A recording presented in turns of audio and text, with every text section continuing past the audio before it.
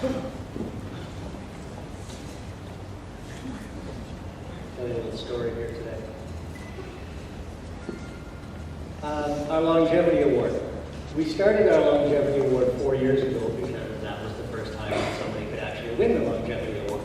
And the longevity award is an award just to show that we recognize students who've been with us right from grade 1 all the way through to grade 12. We actually each year quite often have a student who's been with us longer than that. And this year we have 4 students who have been with us since at least grade 1 and are graduating here tonight. You don't need to come up. Don't worry, I've got some pictures up here of you, so you don't have to worry about remembering who you are. But there are 4 of you. The first one is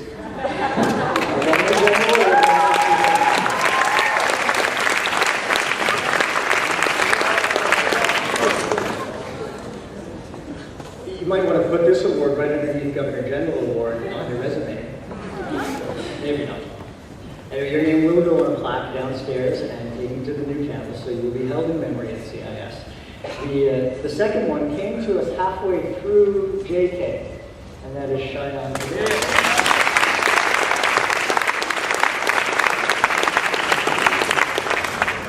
And the last 2 both have been with us right from JK all the way through to grade 12. And that's,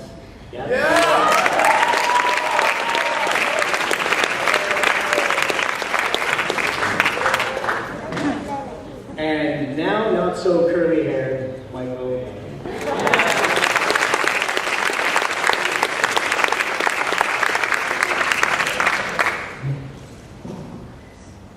All right, our valedictorian.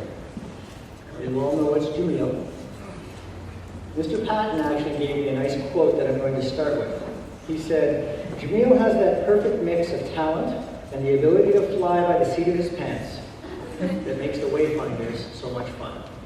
And for those of you who don't know, the Wayfinders are a school band here that both Jamil and Mr. Patton played together.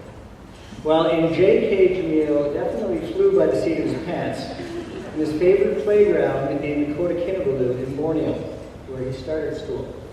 In senior kindergarten is where his acting career really took off. In fact, it took off so much that he ended up breaking an arm. But it really worked in his advantage because the registration had closed at the school that he was at, but the principal felt sorry for him and let him in anyway to the MUS Faculty Club Childcare. Grade 1, he was a little more grounded, a little more serious about school at the Swiss Cottage Primary School here in Singapore. Grade 2, he was still serious when he won an award for his Malay storytelling. And in grade 3, he finally came to his senses and transferred into CIS. Although he was still pretty serious. Grade 4 must have lightened him up a little bit. Grade 5, not for long because he was thinking about being serious again. And in grade 6, he was definitely serious. In fact, he got glasses just to show how serious he was. Grade 7, what is it with hair and grade 7 boys? Mama Schultz, this was picture day. How could you let him out of the house looking like that? Grade 8, I'm not sure, but this might have been the first time that he laid eyes on Angela. No, wait, sorry, it was grade 9, look at that smile. Grade 10. What is it with hair?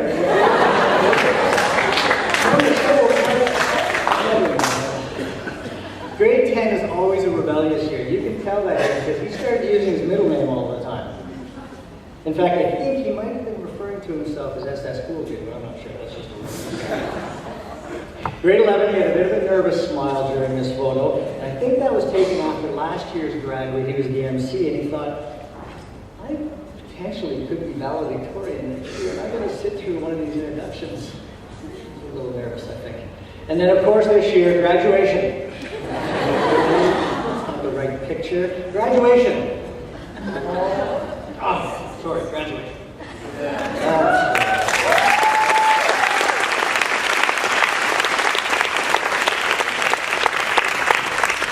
He does look pretty good up there. I mean, he better. He had lots of practice. So, in all seriousness, Jamil, I can't see now, it's light shining. Jamil, he is a polite and very respectful young man who knows how to make somebody's day. And that was exemplified in an example that Ms. Anthony gave you, where he came up to her and told her that it was unfortunate they never had the pleasure of experiencing one of her classes.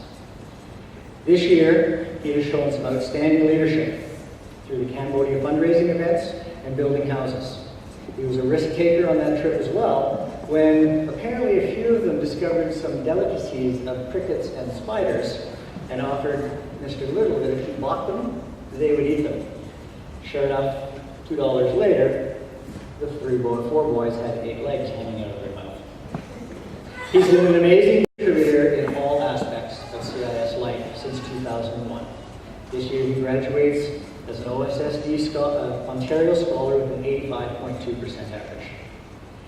He's certainly not shy and not unused to being in the center stage, which was evident from the SK photo that was up there.